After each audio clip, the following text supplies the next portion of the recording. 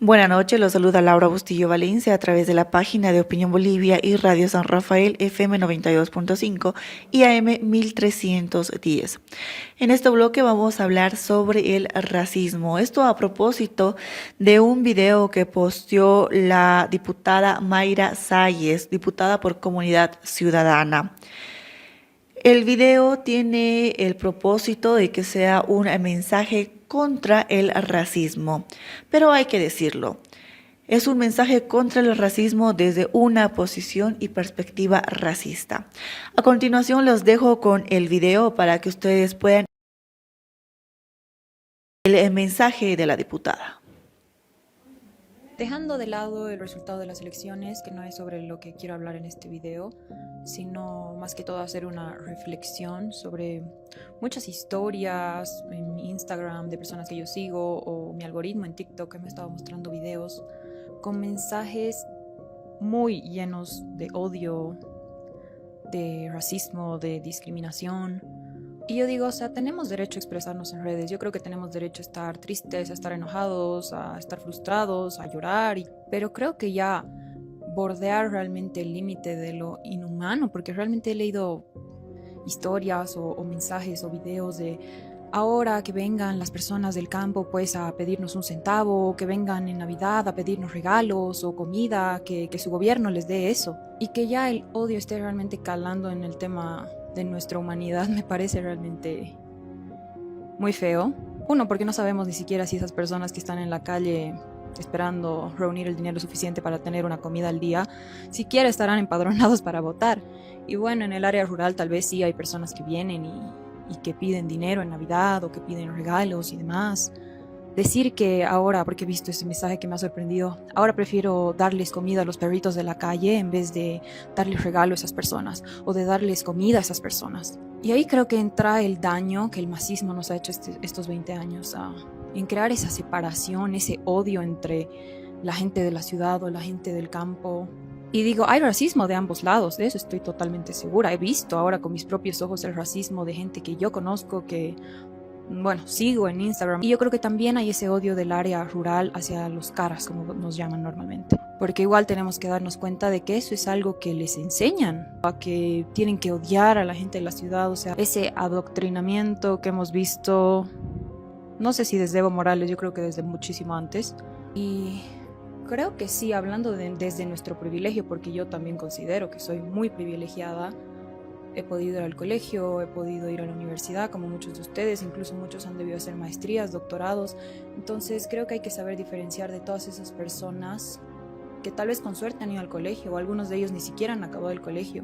O sea, decirles, analicen las propuestas de gobierno, esas personas no lo van a hacer. Yo creo que ellos votan desde la emoción y desde el nivel de educación también que tienen. Entonces, pedirles que se identifiquen por un tuto, por ejemplo, que nosotros podemos hacerlo y podemos entender que tal vez, no sé, tenía un buen plan de gobierno, que al nivel económico de lo que necesita el país podría haber sido algo bueno, pero esas personas no lo van a entender, no se identifican con Tuto, se identifican con un Lara, por ejemplo, que por cierto sigo diciendo que me parece un personaje totalmente peligroso, pero al final así es la democracia.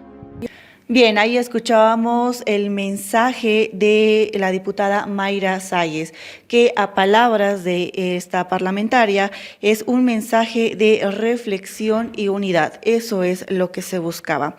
Y a propósito de esto, como lo mencionaba al principio de este segmento, vamos a hablar sobre el racismo y lo vamos a hacer en compañía de Fernando Molina. Él es periodista e investigador que escribió sobre el racismo. Está con nosotros a través de la plataforma Zoom. Fernando, ¿cómo está? Buenas noches.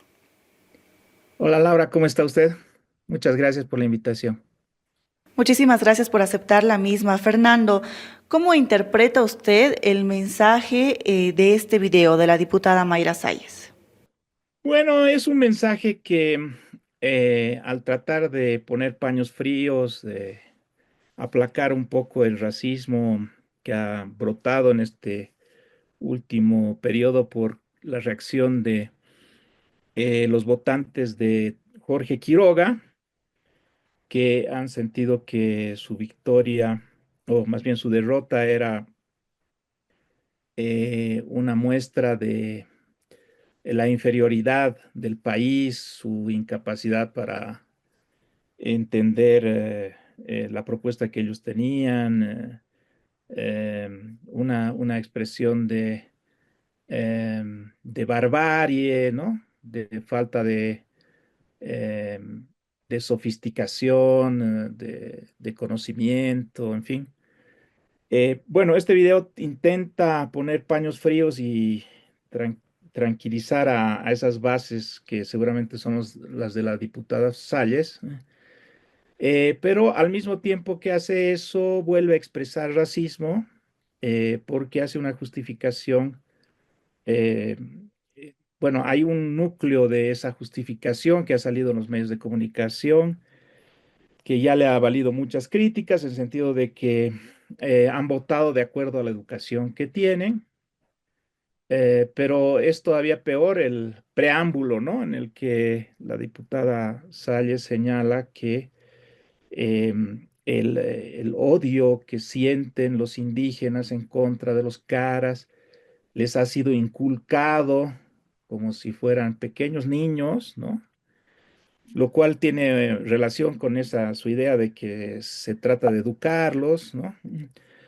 Y luego también cuando dice que eh, es porque existió el MAS, que ellos han tenido esta actitud, digamos, de separación y de división de la... Es decir, es una incomprensión completa acerca de la historia de Bolivia, que es un país postcolonial, ¿no? Marcado por la tragedia de la llegada de los españoles aquí, el desposeimiento de todos los indígenas, de todos sus capitales, el apartamiento de su cultura, de sus lenguas y la imposición, por tanto, de una sociedad que ha encontrado las formas de modelarse y de salir adelante, pero que arrastra estas heridas profundas, ¿no? Eh, eh, por ejemplo, esta de que haya una parte de la sociedad que crea que tiene que educar a otra, ¿no? Eso muestra una falta de igualdad, ¿no? Eso es lo que está expresando este video de Salles, es eh, una prueba patente de desigualdad y de justificación de la desigualdad, ¿no?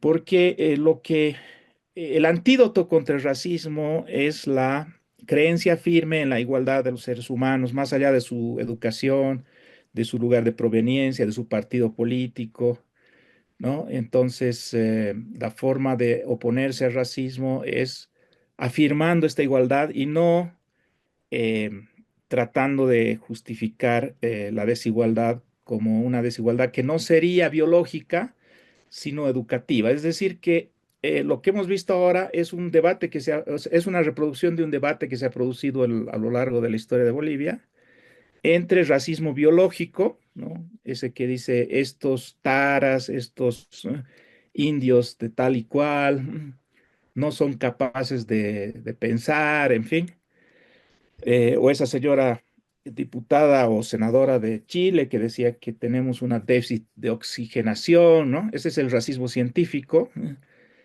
Y el racismo civilizatorio, que es el de Salles, ¿no? La suposición de que los indígenas, sus descendientes, son ignorantes y que hay que educarlos. De ahí el propósito de la élite liberal de educar al indio, ¿no? Que fue dominante durante el siglo XX hasta la Revolución del 52. Y todavía después, pero ya en otros términos, ¿no? En fin, entonces esa es mi reacción ante este mensaje. Bien, Fernando, durante el proceso electoral han salido varios temas que tienen que ver con el racismo. El racismo, ¿qué papel ha jugado dentro de toda esta coyuntura en Bolivia? Eh, es muy importante el racismo en Bolivia, desgraciadamente, porque es estructural. Eh, la realidad socioeconómica del país sigue marcada por la diferencia de origen. ¿no? Y por lo tanto eso impide que seamos una democracia moderna. La pobreza rural es mucho más amplia que la urbana, es decir, que la pobreza indígena es más grande que la no indígena. La educación de los indígenas es inferior de calidad y en cantidad. Y sobre todo los indígenas, incluso cuando llegan a adquirir ciertos recursos económicos, sus hijos, sus descendientes, no se insertan en las élites económicas, políticas, intelectuales del país, porque estas son segregadas, es decir, no admiten una movilidad social, ¿no? Y esto yo lo he estudiado en varios libros en los cuales muestro cómo las élites bolivianas continúan siendo mayoritaria y aplastantemente blancas, ¿no? A causa de que la modernización en Bolivia, que es la que finalmente es el escenario sobre el que se dan las disputas entre grupos sociales, en fin, sigue siendo una modernización contra los indígenas porque es una modernización en español, con la cultura eurocentrista, en fin, ¿no?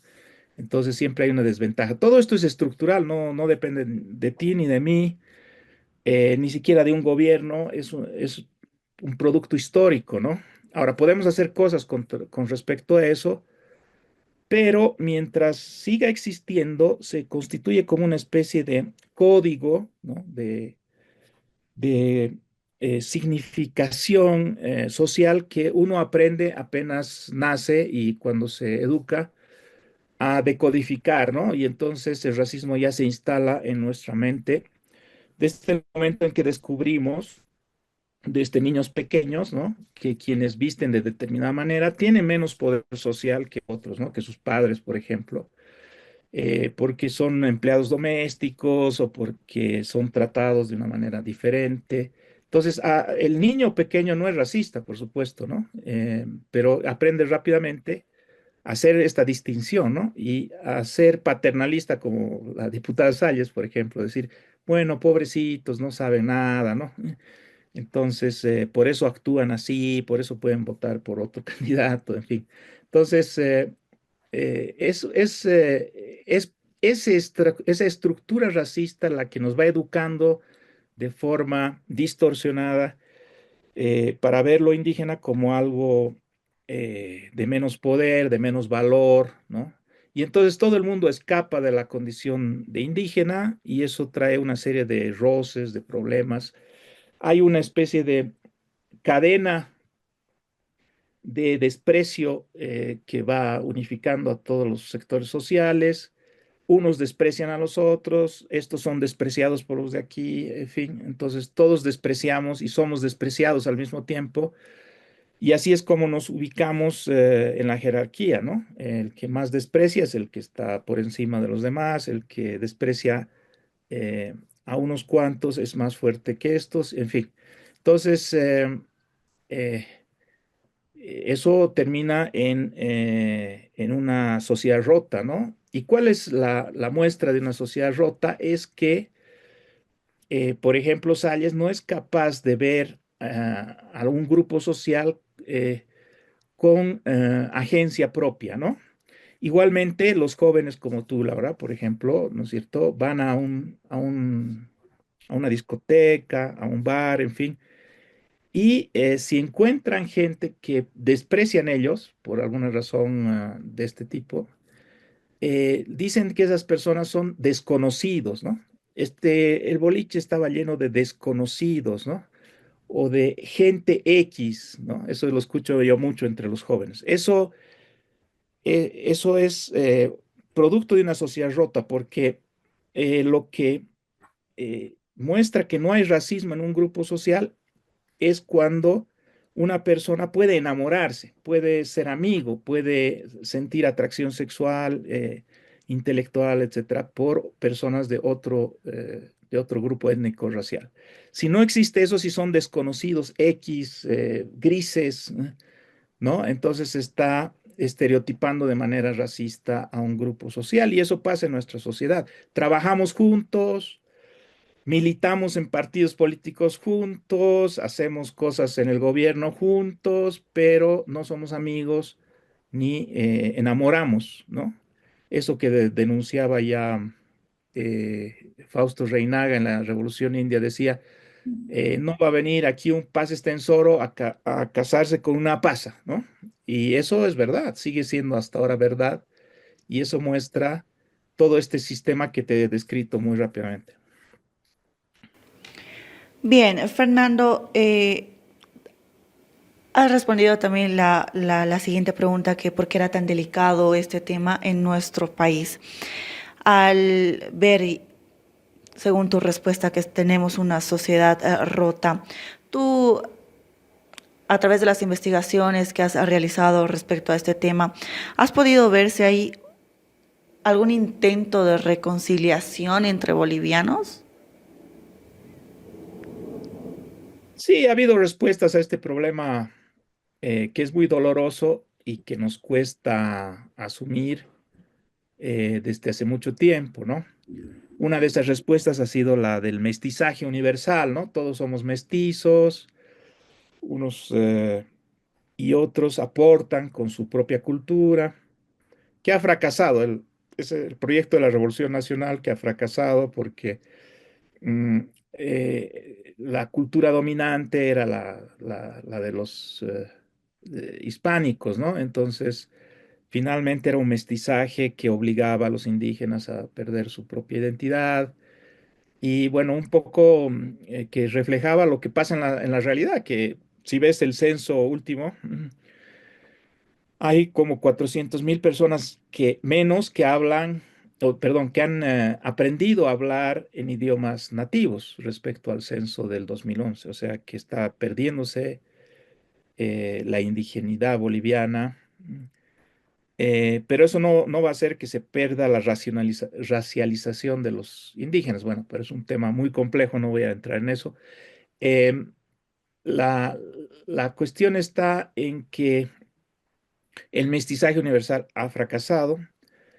Y la segunda gran respuesta ha sido el Estado plurinacional, ¿no? Que era una forma de empoderar las identidades indígenas, eh, darles orgullo por lo que son y su papel en la historia del país, en fin, todo lo que sabemos, pero que en una sociedad racista ha sido un esfuerzo que ha sido considerado por otros grupos como ofensivo y además como político, ¿no? Como puramente eh, proselitista, como favorable al MAS, ¿no? Entonces, así es como el Estado plurinacional se ha debilitado y aunque existe todavía, yo creo que los indígenas lo van a defender.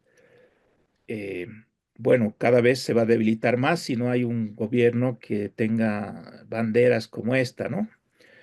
Entonces, esos son los dos grandes esfuerzos. Creo que también la ley antirracismo es importante, ¿no? Porque ha puesto un poco unos límites, digamos, para los excesos, ¿no? Que se han tenido que refugiar en las redes sociales, porque ya no es permitido ni bien visto tampoco que alguien hable de forma racista y despreciativa en público. Este caso de la señora Salles, por ejemplo, es importante porque ha sido muy rechazado, ¿no? De inmediato ella ha tenido que aclarar, en fin. Entonces, es un avance también ese, ¿no? Por supuesto, no hay que bajar la guardia, hay que seguir trabajando eh, contra el racismo a partir de lo que existe. Espero que el nuevo gobierno de Bolivia, que ha llegado al poder un poco en hombros del antirracismo, porque ¿no? La oposición de la sociedad, especialmente del occidente del país, a los tuits racistas de Juan Pablo Velasco han sido muy importantes para la victoria de Rodrigo Paz. Entonces, espero que este gobierno no se confunda y que siga en este trabajo. Es un trabajo de generaciones, tiene que tener un correlato estructural. Yo he planteado algunas veces medidas estructurales. Las medidas lingüísticas son muy importantes, desgraciadamente se han folclorizado en la época del MAS la obligación de hablar aymara, quechua, guaraní para los funcionarios públicos se ha vuelto un trámite, en fin.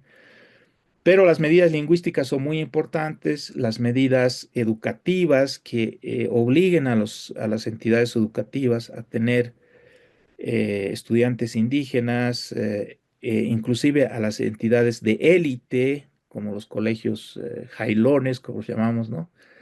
Eso también es importante y, en fin, hay que dar una serie de ventajas, digamos, o de momentos afirmativos a quienes siguen reivindicando su cultura indígena y no necesitan blanquearse o convertirse en otra cosa para poder funcionar en la sociedad y avanzar en la sociedad.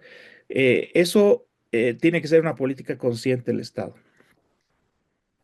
Bien, Fernando, muchísimas gracias por aceptar la invitación, por las respuestas y toda la información. Segura que te vamos a contactar en otras oportunidades. Muchas gracias. A ti, Laura, mil gracias. Ha sido muy agradable. Hasta luego. Gracias, ahí conversábamos con Fernando Molina, periodista e investigador, quien escribió sobre el racismo en nuestro país. Vamos a ampliar esta información a través de nuestras plataformas digitales. En todas nos encuentra como Opinión Bolivia. Soy Laura Bustillo, buenas noches.